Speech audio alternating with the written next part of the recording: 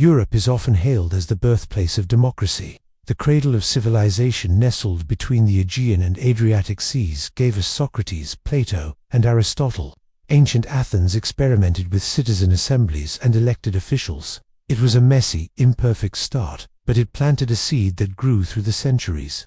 Fast forward to today, and Europe boasts some of the world's oldest and most established democracies. Countries like France, Germany, Italy, whose leaders pride themselves on upholding democratic norms. But now imagine walking into a polling station in the European Parliament elections, a vote that decides not just local policy, but continental direction. You step into a booth and look at the ballot. Candidates representing a range of parties stare back at you. But here's the catch. Do you really know what you're voting for? Does your vote really matter? The paradox of democratic Europe. This is a continent that's been shaped by the ideals of liberty, equality, and fraternity. So why do so many Europeans feel disconnected from this grand experiment in democracy?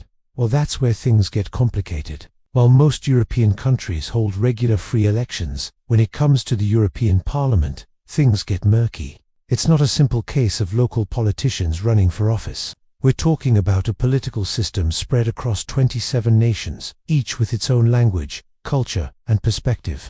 And that's the first point of confusion. The European Union isn't just 27 countries standing side by side. It's a complex web of treaties, regulations, and courts. It's a structure where power is divided among multiple levels of government. And it's this very division that leaves many voters wondering, how does my vote in Brussels connect to my life here at home? The layers of governance in Europe. Picture a pie chart split into segments. On the outside, we have individual nations like Germany, France, Spain. Each segment represents a slice of power. But as we move inward, we see new divisions emerging, forming the circle of the European Union. This inner wheel represents areas where countries have agreed to pool their sovereignty. Areas like trade, immigration, or environmental policy. And at the center of the pie, almost like the cherry on top, is the European Parliament, a body that brings together representatives from all corners of Europe. Now, these MEPs don't represent their own nations. Their job is to represent the interests of the entire continent. But the question arises, if I vote for a candidate from my country, am I really voting for someone who will represent my interests on a European scale? And to answer that, let's take a closer look at how the European Parliament fits into the bigger picture. The Parliament's origins. Imagine a grand ballroom filled with diplomats from across Europe. That image might seem far removed from the modern European Parliament, but it's actually quite close to the truth. The seeds of the Parliament were sown in the aftermath of World War II, when Europe emerged battered and weary from years of conflict. The horrors of war had shown everyone the consequences of unchecked aggression. So the leaders of 6 European nations met in the French capital in 1951 and signed the Treaty of Paris. This treaty laid the foundation for what would become the European Coal and Steel Community. The idea was simple yet groundbreaking. Coal and steel, the raw materials of war, would be placed under a common administration, symbolizing a commitment to shared prosperity and peace. This community was the embryo from which the European Union would eventually hatch. Fast forward to today, and the European Parliament is the voice of the people within this vast structure. Members are elected by citizens from all across the EU. Each MEP acts as a bridge between their constituents and the broader European project. The Parliament shares legislative power with the European Commission, which drafts proposals and sets policy agendas, and the Council of the European Union, which represents member states. Together, they form a system of checks and balances. But where does democracy fit into this equation?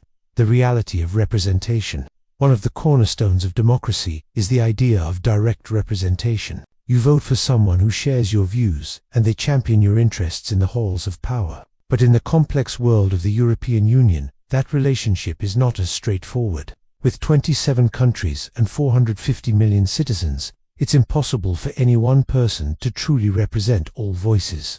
Sure, you can vote for a party that aligns with your values, but ultimately, your representative will also be representing the interests of their own country. For instance, an Italian MEP might balance their pan-European responsibilities with a need to advocate for Italy's position on issues like the EU budget or trade deals. And that's not necessarily a bad thing.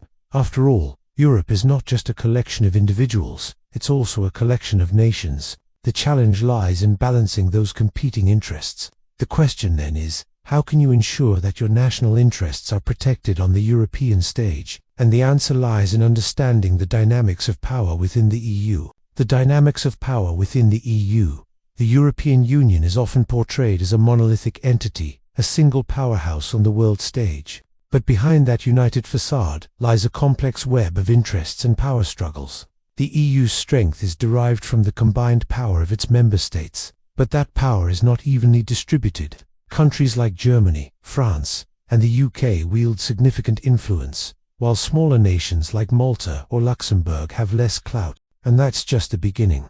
Interests within the EU are as diverse as the countries themselves. Take, for example, economic policy. Germany, known for its export-oriented economy, might push for policies that favor businesses, while France, with a stronger social safety net, might push for policies that protect workers.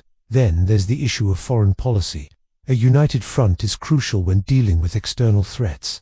But during the war in Afghanistan, the UK and France took different stances, reflecting their unique perspectives and histories. So when it comes to voting in the European Parliament, it's essential to consider not just your personal interests, but also the interests of your country and the delicate balance of power within the EU. Who really holds the power? It's a question that strikes at the heart of democracy. Is it possible to govern effectively without the consent and oversight of the people? In traditional democratic systems, the answer is an absolute no. Leaders are accountable to their voters and can be removed through elections. But what happens when we move beyond national borders? In the European Union, where power is shared among multiple levels of government, the question becomes more nuanced. Is the European Parliament powerful enough to check the other branches of power, or is it merely a symbolic body with little real influence? The answer, once again, is not straightforward. The European Parliament does have some important powers.